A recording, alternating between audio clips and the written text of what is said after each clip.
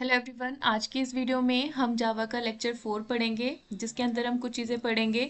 Primitive data types क्या होते हैं इनके बारे में, और एक जनरल पढ़ेंगे जिसके अंदर हम देखेंगे कि जावा के अंदर जो जो चीज़ें हैं कि किस तरीके से ये फेमस हुई, क्या क्या है वो सारी चीज़ें। एंड जो हमने लास्ट वीडियो में जावा का प्रोग्राम रन करके देखा था, तो उसके अंदर हमने बहुत सारी चीज़ें लिखी थी, मेंशन की थी। उनको हम थोड़ा सा समझने की कोशिश करेंगे कि एक्चुअली वो क्या चीज़ रिप्रेजेंट कर रही है। तो स्टार्ट करते हैं। यहाँ पे चलते हैं जनरल पे। ओके, तो ये एक छोटा सा जनरल है जो आप देख सकते हो। ठीक है, अभी ये है क्या क्या बता रहा है यहाँ पे देखो। एप्लीकेशन, एडवांटेजेस, चैलेंजेस, फीचर, जावा के ये सारी चीज़ें हम यहाँ पर देखेंगे। तो इंट्रोडक्शन हम ऑलरेडी पढ़ चुके हैं। जावा एक प्रोग्रामिंग लैंग्वेज है जो आजकल यूज़ होती है, और इसके अंदर मोबाइल, डेस्कटॉप या फिर ऑनलाइन प्रोग्राम्स बनाने की फैसिलिटी हमें मिलती है। अभी इस इवोल्यूशन ऑफ जावा की कैसे ये इवोल्यूट हुई थी, तो सन माइक्रो सिस्टम में 1995 में जेम्स गॉसलिन के थ्रू ये डेवलप की गई थी। अब इसके बाद में देखो यहाँ पर ये जो जावा है वो एक एक करके डेवलप हुई। क्या क्या पहले इसको बोला जाता था, तो जब स्टार्टिंग में 1991 से लेकर 1994 में इसको बनाया गया, तो इसको हम ऊक प्रोग्रामिंग लैंग्वेज के नाम से जानते थे। लेकिन धीरे धीरे जब ये डेवलप हुई तो ऊक से चेंज करके इसका नाम जावा रख दिया गया, क्योंकि जो ऊक था वो ऑलरेडी कहीं ना कहीं प्रोडक्ट मतलब पहले से ही रजिस्टर्ड था। तो ये जब हम कोई भी नाम खरीदते हैं, उसको अपना डोमेन बनाते हैं, तो वो ऑलरेडी रजिस्टर्ड था, तो इसकी वजह से हमने जावा उसका नाम चेंज किया। फिर 1996 में जेडीके वर्जन इसका रिलीज हुआ 1। फिर उसी तरीके से उन वर्जन्स के अंदर बहुत सारी चीज़ें, जावा रन टाइम इन्वायरमेंट चेंज हुआ, मतलब उनके ही नई नई नए नए फीचर्स वहाँ पर अवेलेबल हुए। फिर ऐसे करते करते मतलब बहुत सारे इसके मतलब यहाँ पर वर्जन्स लिखे हुए हैं, कब कितने लोग यूज़ करते थे। फिर ऐसे करते करते फाइनली जावा 2016 में 15 बिलियन डिवाइसेस पे रन होने लगी।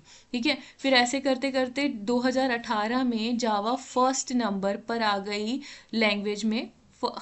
Language used for developers for a cloud. Java 10 and 11 release हुआ था उस टाइम पे। फिर ऐसे करते करते जावा जो है काफ़ी टाइम तक 2020 तक जो है नंबर 1 पर ही रही थी। उसके बाद में कुछ मतलब अभी भी कहीं कहीं पर जावा बहुत ज़्यादा, मतलब आज भी जावा को बहुत ज़्यादा यूज़ किया जाता है, इतनी सारी लैंग्वेज होने के बाद भी।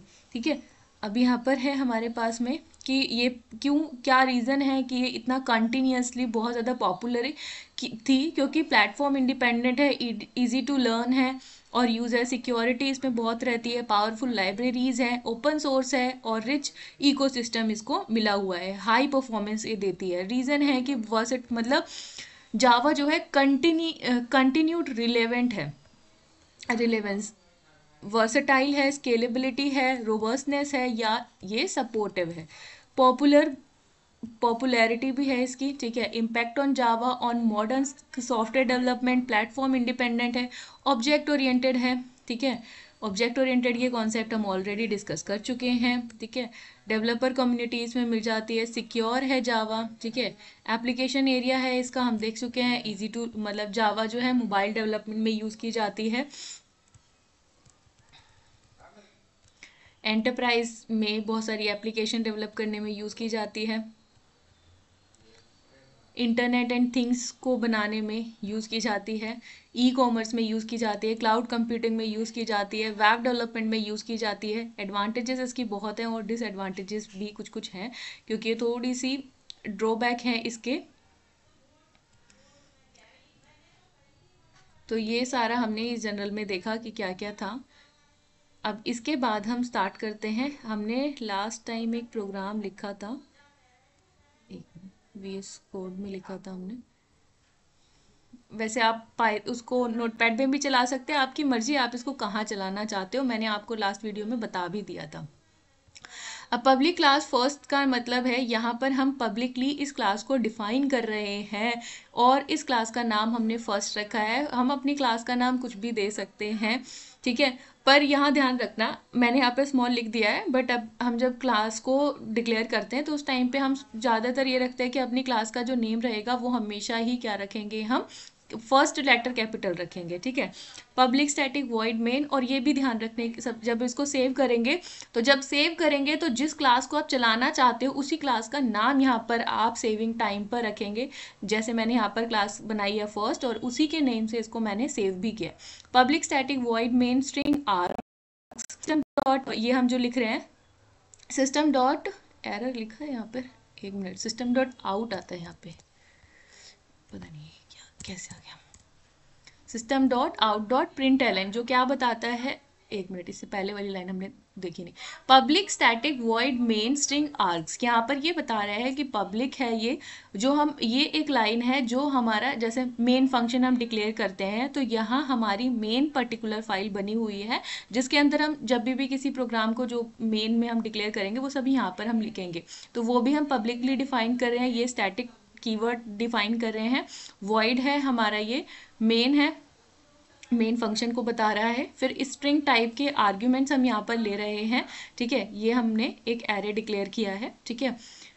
उसके बाद में system dot out dot println, कि हम जैसे आउटपुट देते हैं ना, तो ये हम लिख रहे हैं कि सिस्टम में से आउट हो रहा है, ठीक है, प्रिंट करा रहे हैं हम कुछ, तो वो यहाँ पर हम कुछ लाइन लिखेंगे, ठीक है।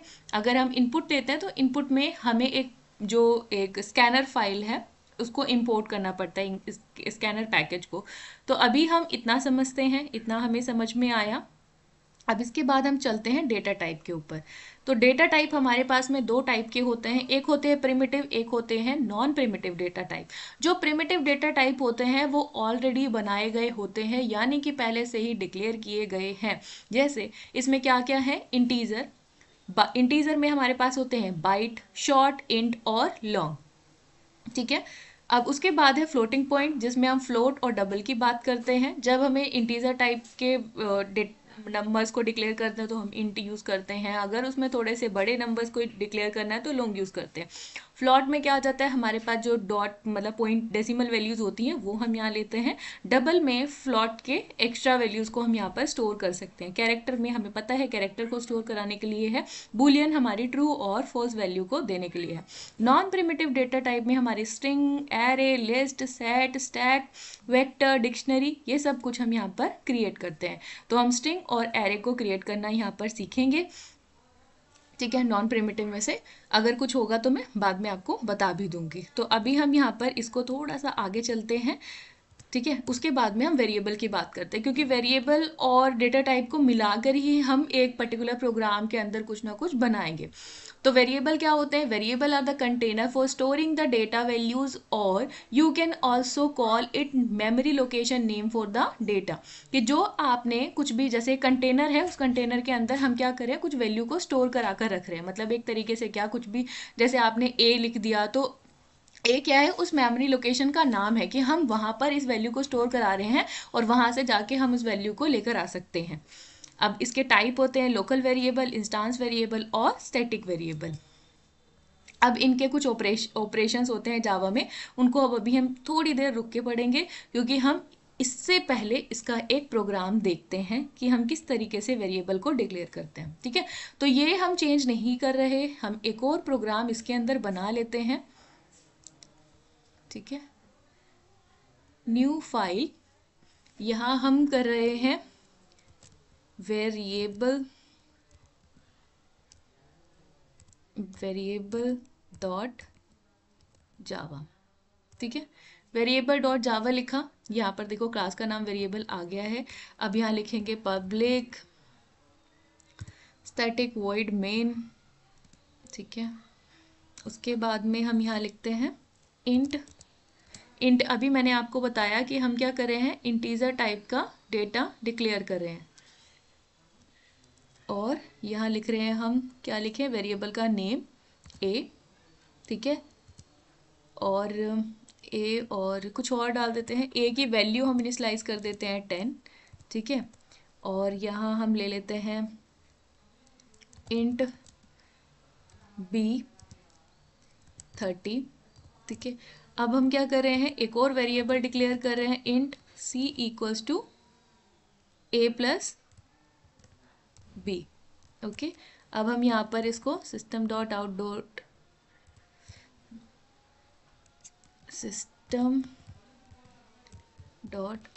डॉट प्रिंट की हेल्प से प्रिंट कर लेंगे। सिस्टम का S capital,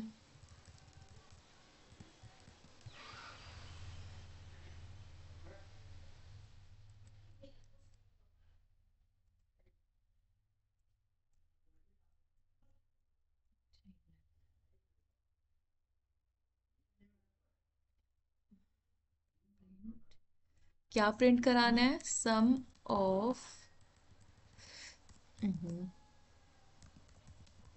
of to number. यहाँ पर हमें सम कराना है तो हम यहाँ पर लिख देते हैं क्या प्रिंट कराना था, सी, और यहाँ हम सेमीकोलन लगा देंगे। अब हम करते हैं इसको रन, तो यहाँ पे हमारे अकॉर्डिंग आंसर 40 आना चाहिए, है ना? तो ठीक है, यह हमारे अकॉर्डिंग आंसर 40 आ गया है। ये क्या करा है, हमने इंट टाइप का एक वेरिएबल डिक्लेयर किया जिसकी वैल्यू हमने 10 दी, फिर इंट टाइप का ही सेकंड वेरिएबल डिक्लेयर किया जिसकी वैल्यू हमने 30 दी, फिर उन दोनों को हमने ऐड कर दिया। अब आप इसको अलग अलग लाइन में करने की बजाय ऐसे भी कर सकते हो। कैसे? इस तरीके से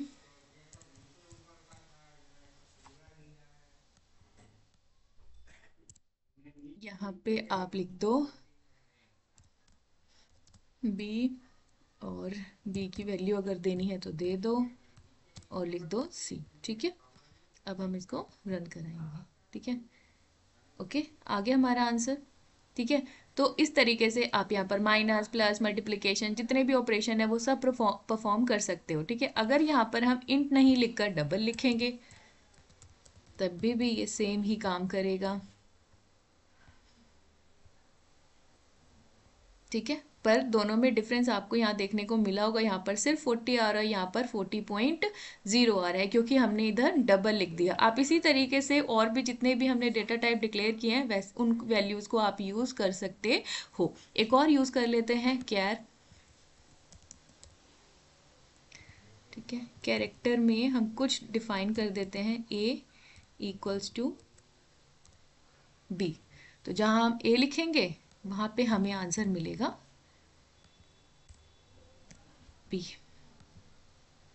क्या गलती आ रही है यहाँ?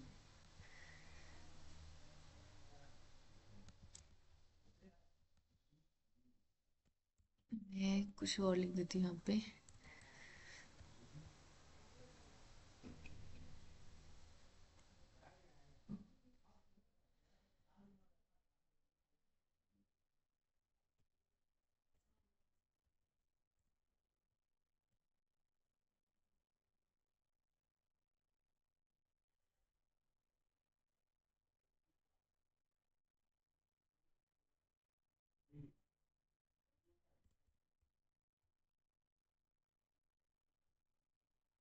ठीक है, अब यहाँ हम लिख देते हैं सी। एक्चुअली डबल कोड लगाने के बाद ना स्ट्रिंग में वो कर रहा था तो इस वजह से आया नहीं।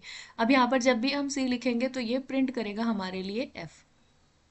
तो यहाँ पर आप देख सकते हो, तो हमने इन तीनों डेटा टाइप को डिक्लेयर करके देख लिया कि ये क्या होते हैं। ठीक है, इसके बाद में हमने वेरिएबल समझे, अभी हम लोकल वेरिएबल के ऊपर काम कर रहे हैं। फिर हम जब फंक्शन बनाना सीख जाएंगे तो हम स्टैटिक और इंस्टांस वेरिएबल को भी यूज़ करना सीखेंगे।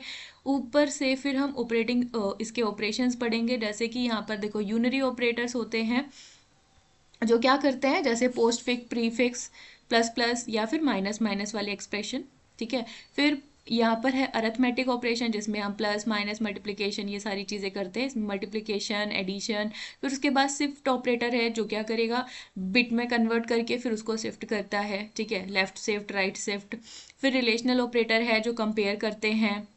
ठीक है, उसके बाद में बिटवाइज ऑपरेटर हैं जो क्या करेंगे, हमारी जो भी वैल्यू रहेगी उसको पहले बिट्स में कन्वर्ट करेंगे, उसमें एंड ऑपरेशन या फिर और ऑपरेशन या एक्सक्लूसिव और ऑपरेशन को यहाँ पर यूज़ करेंगे। फिर लॉजिकल ऑपरेटर हैं, ठीक है, जो लॉजिकल एंड और लॉजिकल और को परफॉर्म करेंगे। फिर टर्नरी ऑपरेटर हैं जो हमारी मतलब एक ही लाइन में अगर आपको कोई इफ एल्स वाली कंडीशन की मतलब कोई एक्सप्रेशन को कैलकुलेट करना है या एक्सप्रेशन में से कुछ वैल्यू निकाल कर देनी है, तो वहां पर हम टर्नरी ऑपरेटर को यूज कर सकते हैं। पहले हम कंडीशन लगाते हैं, अगर वो कंडीशन ट्रू होती है तो पहला स्टेटमेंट यहाँ वाला रन करता है, फिर दूसरा एक्सप्रेशन रन करता है अगर वो कंडीशन फॉल्स होती है तो। फिर यहाँ पर असाइनमेंट ऑपरेटर है, जब भी इक्वल्स टू ये सारी वैल्यूज को देते हैं तो।